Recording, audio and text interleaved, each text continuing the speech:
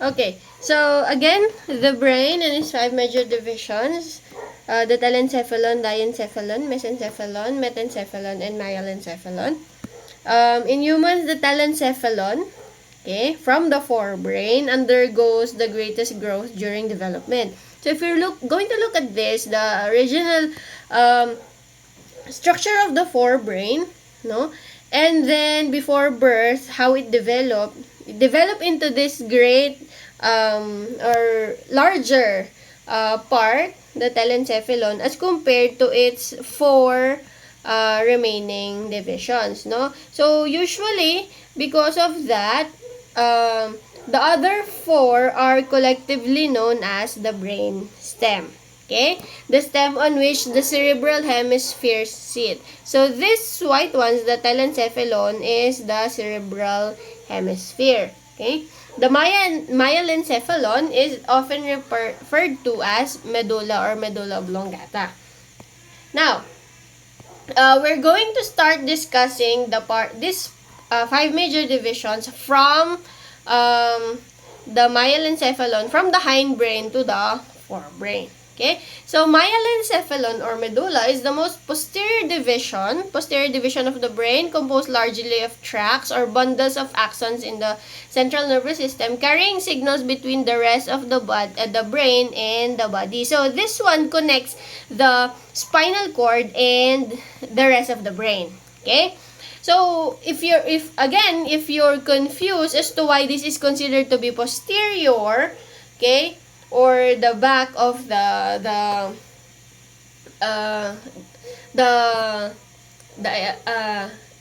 what you call that? The other side of from the nose, no? Always remember that we have to consider that humans should be on their all fours for this for the term posterior to be used, because it should be just the same with other forms of mammals. Okay? So, the medulla can be regarded as an enlarged extension of the spinal cord. Since the medulla is the part of the brainstem that connects to the spinal cord, it is also considered to be the enlarged extension of the spinal cord. Just as the lower parts of the body connect to the spinal cord via sensory and motor nerves, the head and the organs connect to the medulla and adjacent areas by the 12 pairs of cranial nerves. So, ito na ulit yung andito na sa part ng brainstem na to, makikita na natin yung 12 exceptional pairs ng nerves that did not stem out from the spinal cord, but instead it stemmed out from the parts of the brain. Okay? The cranial nerves originating in the medulla control vital reflexes such as breathing, heart rate, vomiting, salivation, coughing, and sneezing. Okay. Now, if we're going to look at this figure in the figure 3.20, there is somewhat a core in the middle of the medulla and in the middle of the hindbrain and the midbrain. No? So, this is the hindbrain and the midbrain. So, this is what they call the reticular formation. It's a complex network of about 100 tiny nuclei or clusters of cell bodies in the central nervous system that occupy the central core of the brainstem. So, ayun siya sa gitna. So, it's the core. No? It's like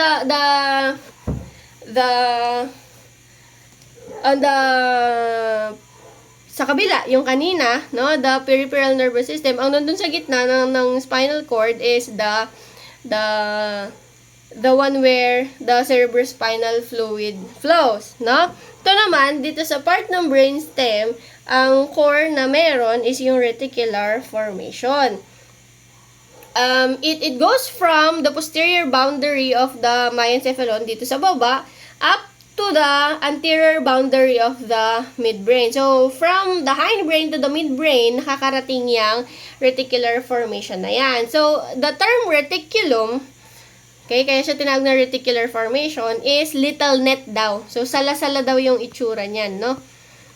Okay? So, ganyan, net-net yan. So, hindi lang siya masyadong nabigyang justice nung illustration natin. Okay? So, the reticular formation is sometimes referred to as the reticular activating system because of its role that it plays in the arousal of the body. Okay? However, the various nuclei of the reticular formation are involved in variety of functions such as sleep, attention, movement, the maintenance of muscle tone, and various cardiac, circulatory, and respiratory responses.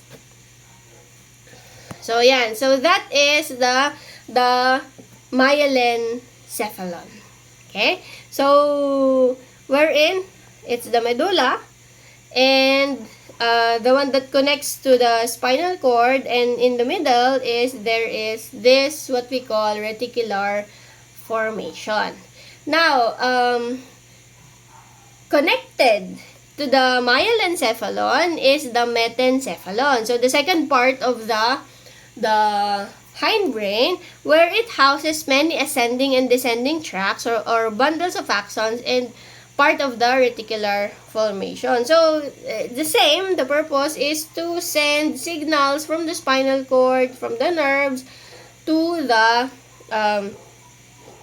larger part of the brain. So, ano ba ang parts? So, what are the parts of the metencephalon? So, there are two, no? The pons, okay? A structure called, structures that create a bulge called pons on the brain's ventral system. So, again, this is the ventral, this is the dorsal, this is the anterior, this is the posterior, okay? So, it's considered as the one major division of metencephalon. It's important structure because its several cranial nerves that exits the pons and control some stages of sleep. Okay? So, it lies anterior and ventral to the medulla. So, anterior and nasa tabi, yun nga. Sa taas at sa gilid.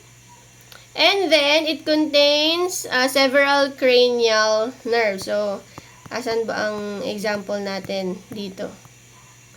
Ayan. So, this one, no? Bumalik tayo. This one is the medulla. This part. And this part is the pons. Okay? So, bundles of tracts of axons na nag-create ng bulge. So, kung makikita natin, itong mga yellow na yan, those are the cranial nerves arising or going out from the pons. Okay? So, ano ba yung yung laman or the nerves that is connected to the pons? So, mainly, it connects as a bridge and regulatory center, relays signals between the cerebrum, cerebellum, spinal cord, and houses nuclei that control vital, autonomic, and cranial nerve functions. So, it contributes to the respiration rhythm, regulation, sleep, arousal, facial sensation, and movements, hearing, and balance, swallowing, and certain reflexes because, ito na yung sinasabi natin na because of the cranial nerves that is connected to it. No? Ang nakakonect kasi sa kanya, yung 5, 6, 7, and 8 cranial nerves which is responsible for skin sensations, control of eye movements, facial sensations, and hearing and equilibrium. So talagang mostly because of the cranial nerves that is included in that is connected to the pons, ito talaga yung kaya niyang gawin, no? Which is rhythm regulation, sleep, facial sensation, movement, hearing, and balance, no? Because of these cranial nerves. Okay? So, that is the pons. Now, the dorsal part ng pons, on this part, is what we call the cerebellum. Okay? Si cerebellum naman, also known as the little brain, kasi nga ito yung cerebrum, o ito si cerebellum. Okay? It's the large convoluted structure on the brain stem's dorsal surface. So, convoluted, ibig sabihin, parang kulot-kulot, lukot-lukot, no? And just like, it's called the little brain because of its itsura. Kasi nga, initially, doon sa may telencephalon natin, ay kulot-kulot siya. So, that's why, kamukha niya si cerebrum. So, for cerebellum, it's also known, or also called as the little brain. So, it is an important sensory motor structure as damage to it eliminates the ability to precisely control one's movement and adapt to them in changing conditions. So mostly kasi ang function ni cerebellum is sensory motor, no? Movement. So, anong nangyari? For example, gaano ba siya ka-importante? Ang example natin dito, kapag ang isang tao na stroke, specifically affecting the cerebellum, no? Magkakaroon ng difficulty in the movement and balance, 'di ba? Pansin niyo yung taong na stroke is most of the time hirap silang lumakad pabalik. They can't control their balance, and also, no? Hindi daw nalilimit sa cerebellum in terms of sensory motor lang. Kasi 'di ba pansin niyo yung mga taong na stroke, bukod sa hindi sila makalakad ng maayos, ganyan, hindi sila makagalaw ng maayos, is yung even their use of language and decision making ay medyo impaired din. So, dito natin masasabi na not totally restricted si cerebellum into sensory motor control din. Meron din siyang control over language and decision making. Okay? Siguro kasi mostly language because of the movements that it requires, no? And syempre yung decision making, you can say it because hirap ka nga sa language, no? So that's why impaired din ang decision making. Okay. Sorry for that. So now let's go to the midbrain. So andito na tayo sa panggitna. Okay? The third part ng division of the brain. So mesencephalon or the midbrain. So again, it's divided into two. The dorsal and the ventral. Okay? Sa tectum and the tegmentum. Okay? Ito, kung makikita niyo sa part na to, ayan. So, this is the medulla oblongata, medulla, the myelencephalon, and then this is the pons, the cerebellum, so the metencephalon. Ang susunod na is this one. This part is the midbrain. Okay? So, asan yung dalawa niyang division? So, ventral and dorsal. Okay? Dorsal and ventral. So, itong part, this one is the dorsal, this one is the ventral. So, this is the tectum, this one is the tegmentum. Okay? So, if we're going to look at the cross-section of this, ayan, mas makikita natin which part is the tectum, which part is the tegmentum. Okay? Now, as for the tectum, nahati pa rin siya, no?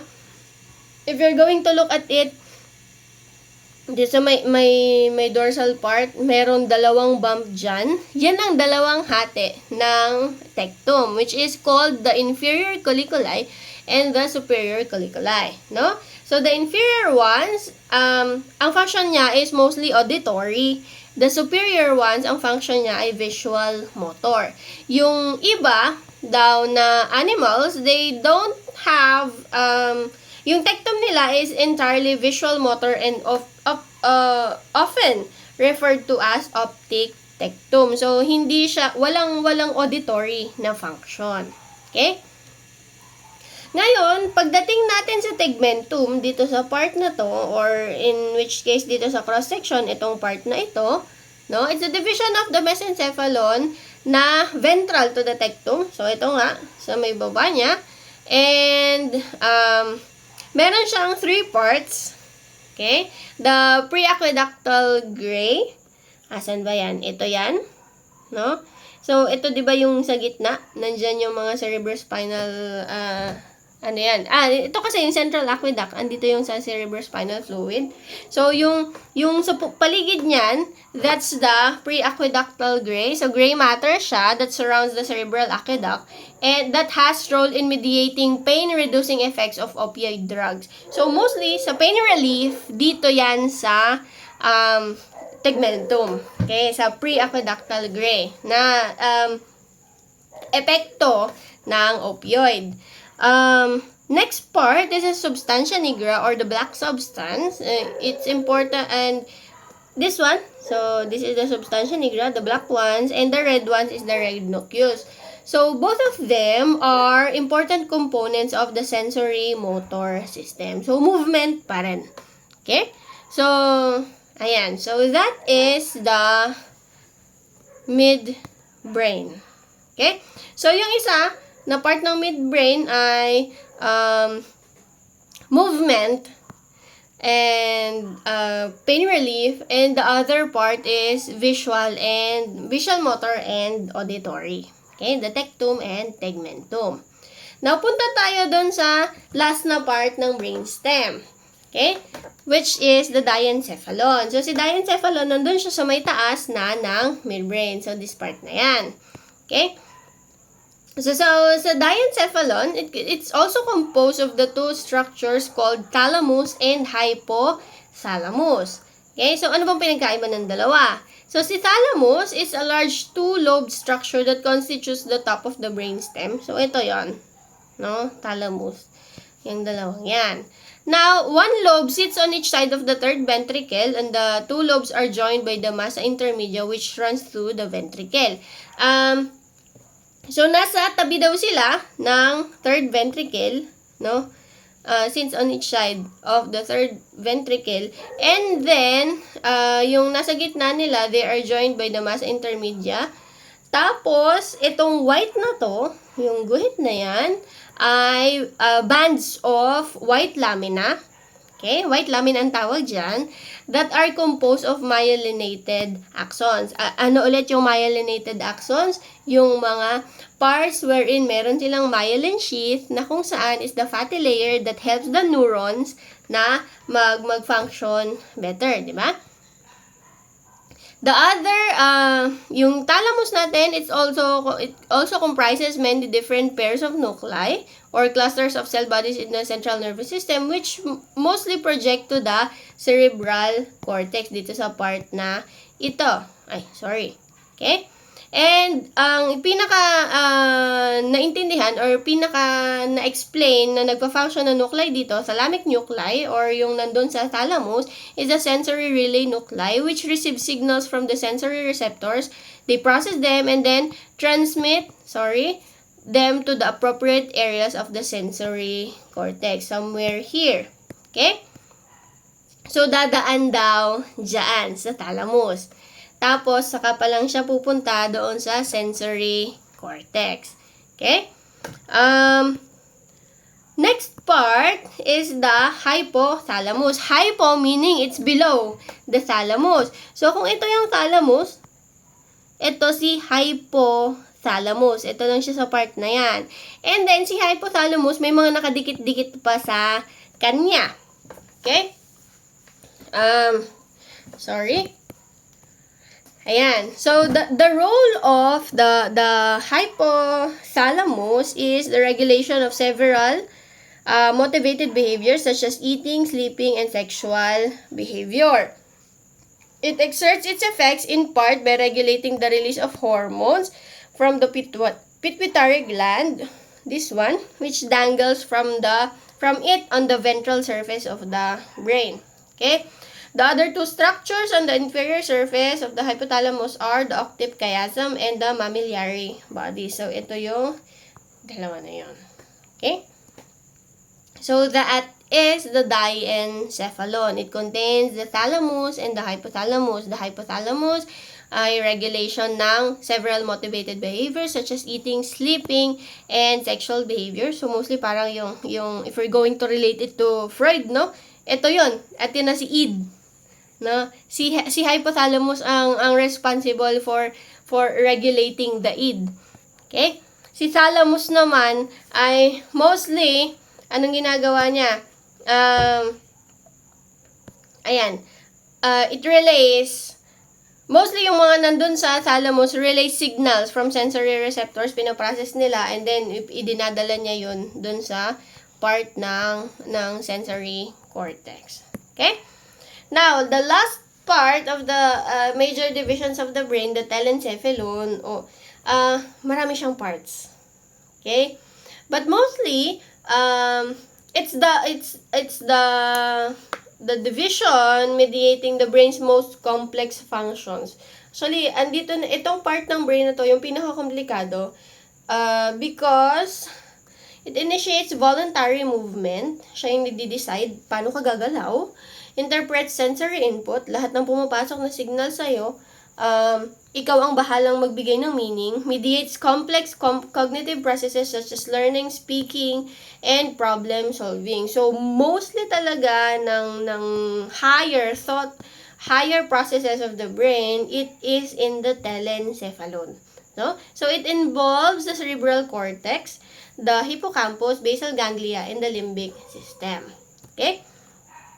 Now, the cerebral hemispheres, so ito na yan, no, are covered by a layer of tissues called the cerebral cortex. This one, due to the unmyelinated neurons, kaya nga sila color gray, no, it is gray and often referred to as gray matter. Kasi yung myelinated neurons, yung fatty layer na yon, it causes color white, and since wala yon, so color gray siya. The layers beneath, okay, so ito si cerebral, ito si gray matter, this one, yan. And the layer beneath, nasa loob ng cortex, is mostly composed of myelinated axons, white, kaya white matter. So, mas marami ditong fatty layers and further helps the neurons to transmit information. Okay? In humans, the cerebral cortex is deeply convoluted or wrinkly or folded, and the convolutions have the effect of increasing the amount of cerebral cortex without increasing the overall volume of the brain. So, ibig sabihin, imagine parang meron kang papel na nilukot, no? Na kapag nilukot mo, nagkakaroon ng structure, pero the volume of the paper stays the same, or the surface area or whatever, yung original niyang size ay hindi naman nadadagdagan. Okay? Now, large furrows in the convoluted cortex are fissures. So this one, convoluted cortex, itong mga tupi-tupi na yan, yung malalalim na tupi is called fissures, and the smaller ones called sulci, or in singular ay sulcus. Now, the ridges between fissures and sulci are called gyri or gyrus. No, so asan bang part yan? Ito. No, kung merong tupi-tupi dun sa loob, yung mga paloob, yung mga nakapalabas naman, those are called gyri or gyri. No? Now, there is what we call the longitudinal fissure, separates the cerebral hemisphere. Ito yan, sa gitna. Nandyan yan sa gitna. Okay? And, the cerebral hemispheres are directly connected by a few tracts or bundle of axons spanning the longitudinal fissure called central commissure. So, yung 'di ba, longitudinal fissure, di may ihahati, no? Ay doon yung kulot paloob. Ngayon, to join the two hemispheres, the left and the right, ay ipagjo-join sila ng cerebral commissures. So, yung mga yung mga tracts na yan, bundles of axons na yan, no? Sila yung nagdidikit ng both hemispheres. And the largest cerebral commissure, this one is the corpus callosum, no? Siya yung mostly yung isa sa mga, ang function niya talaga is ipagdikit yung cerebral hemisphere. Ngayon, asan na ba tayo? The two landmarks on the lateral surface on each hemisphere are called central fissure and lateral fissure. Ang central fissure, andito. Okay, ayan, sa gitna dyan. And the lateral ones, yung nandito sa may ilalim naman. Okay, these fissures partially divide each hemispheres into four lobes. Okay, so, sabi dito, although iba-iba yung main function ng lobes, kumbaga parang they overlap in a sense na pwedeng yung isang lobe ay meron siyang the same function dun sa katabi niyang lobe. Ganon. Okay? So, the largest gyri are in the presentral gyri in the frontal lobe. Saan ba yan? Ito. Okay? Frontal lobe ito. Okay? Ito si precentral gyrus. The post-central gyri in the parietal lobe. This one. So, katabi ng frontal. And superior temporal gyri in the temporal lobe. So, ang temporal lobe nandito sa may ilalim. So, ito siya. Okay? So, may mga functions yan. So, discuss natin yan later.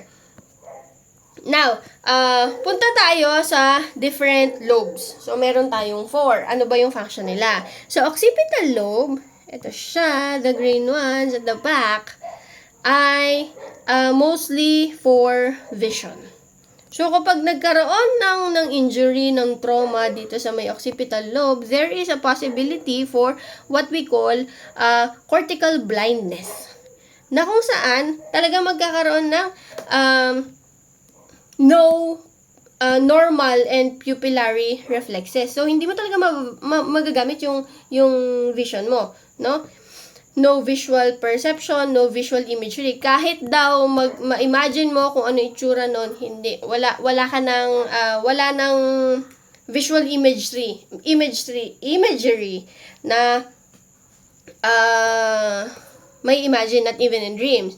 Now, pero naman kapag kunwari partial lang yung damage, no, hindi masyadong or intact ang occipital cortex, ay pwede pa rin naman silang makagamit or maka-experience ng they can imagine visual scenes and have visual dreams, pero yun nga, blind pa rin sila.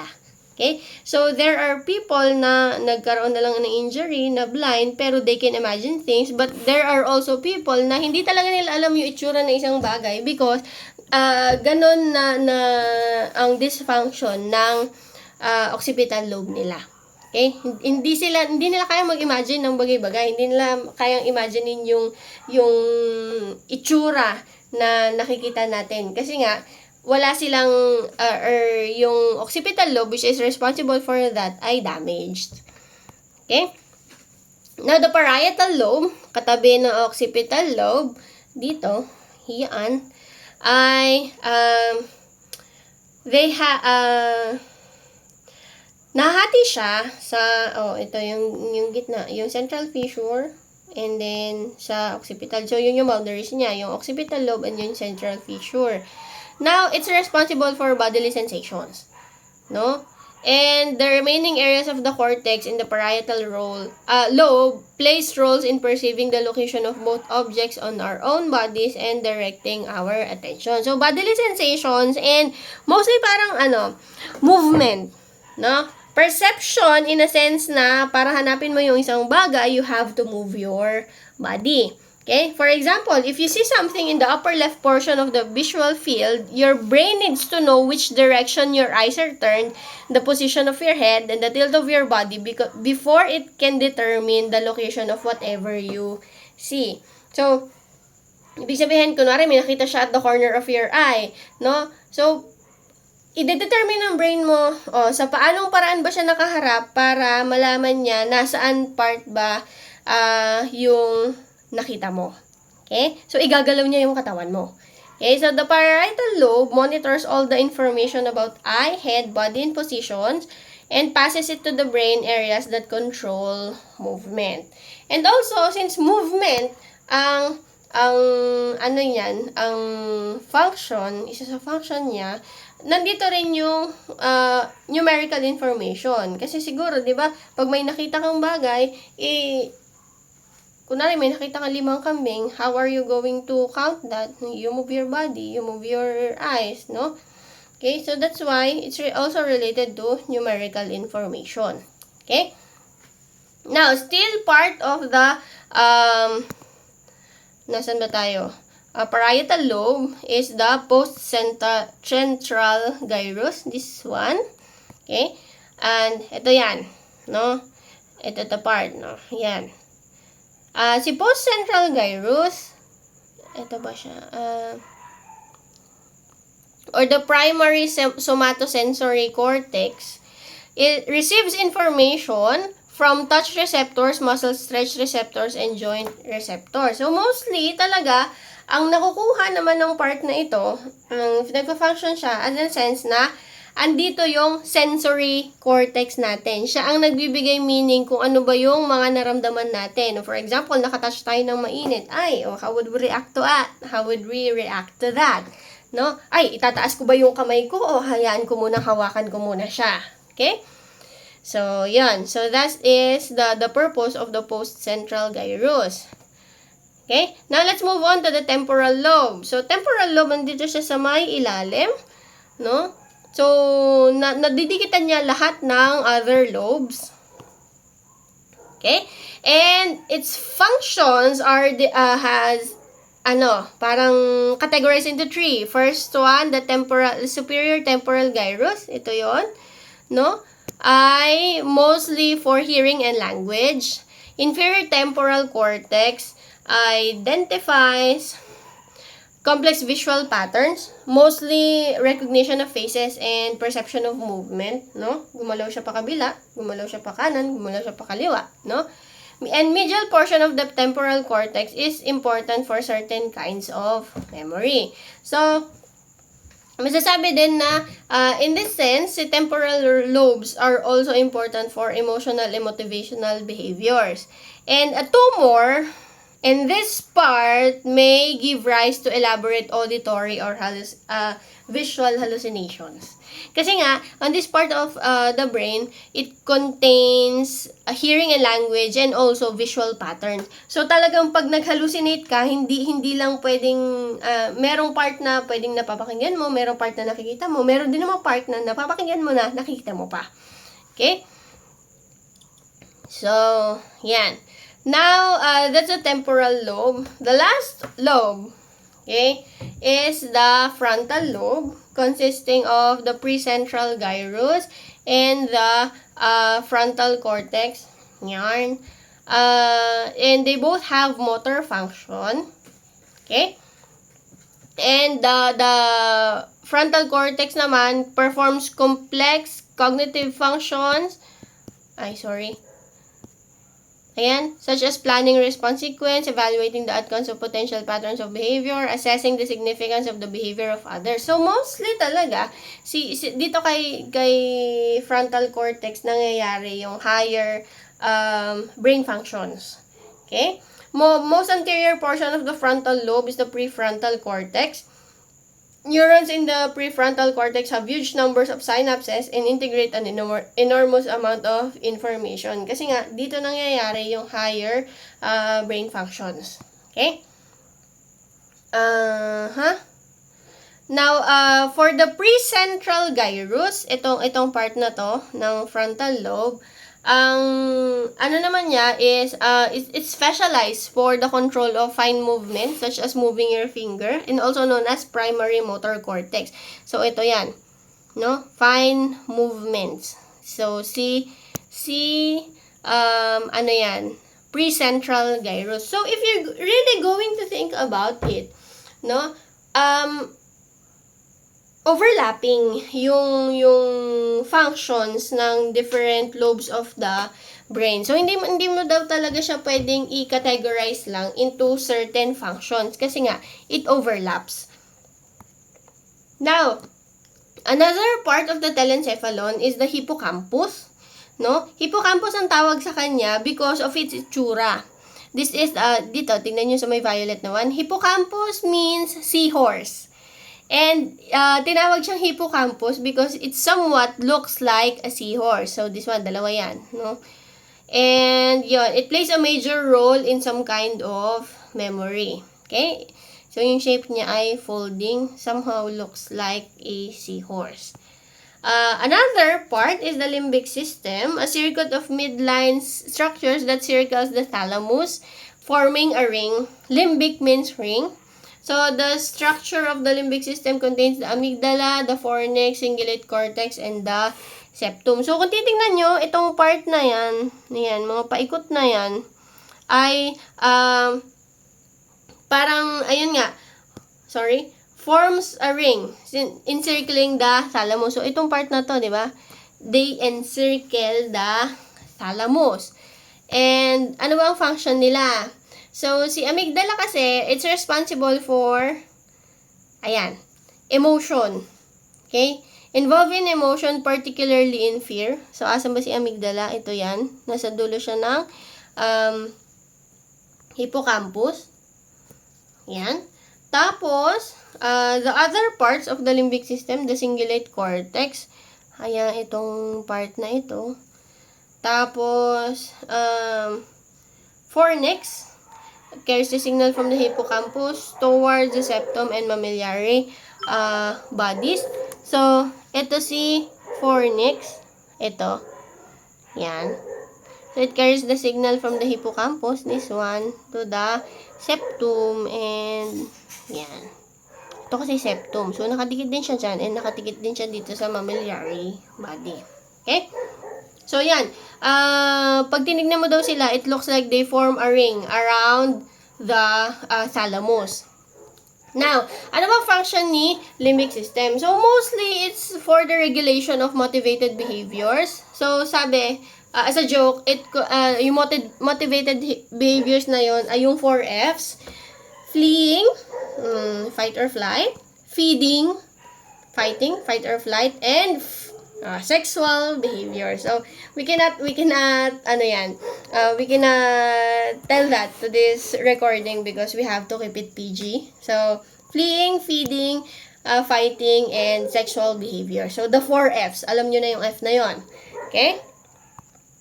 And the last part is the basal ganglia. Si basal ganglia naman, group of subcortical structures lateral to the thalamus, including 3 major structures, the caudate nucleus, the putamen, and the globus pallidus. So, the basal ganglia plays a role in the performance of voluntary motor responses and decision making.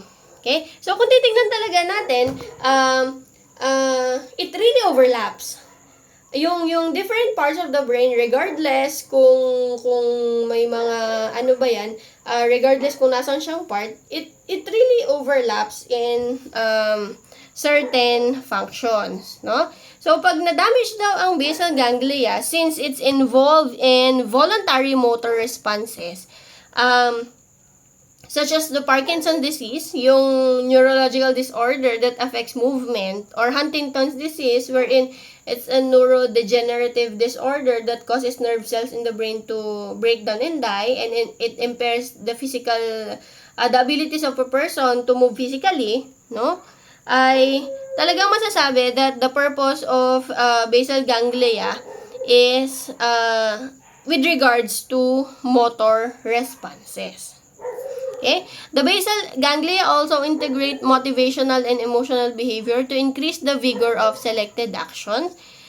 However, the role of basal ganglia extend beyond movement. They are also critical for learned skills and habits, as well as other types of learning that develops gradually within extended experience.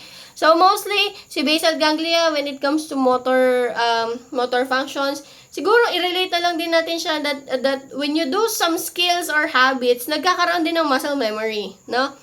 Based on your movements. And pag paulit-ulit mo siyang ginagawa, it also becomes, the basal ganglia also can affect, no, your,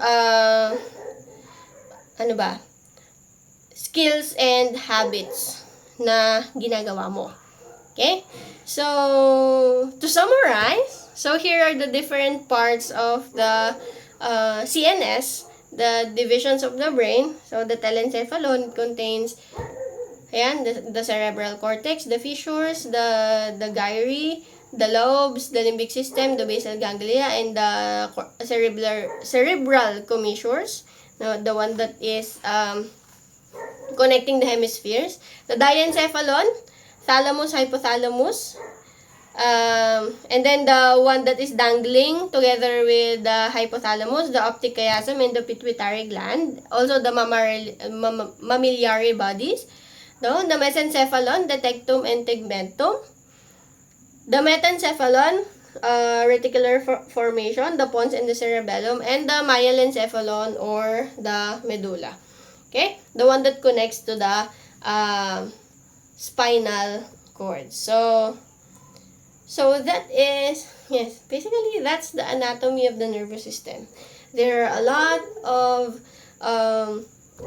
terms, but if we know which part of the nervous system functions, parang we can easily track na din which one yung pwede nating masabi na, ay, ito yan, kung meron man dysfunction, ito yan, ito yung pwede nating tignan. Okay? So, anyway, should you have any questions, you can ask via email, reply sa ating Google Classroom, or even ask in class. So, that's it everyone. Thank you for listening.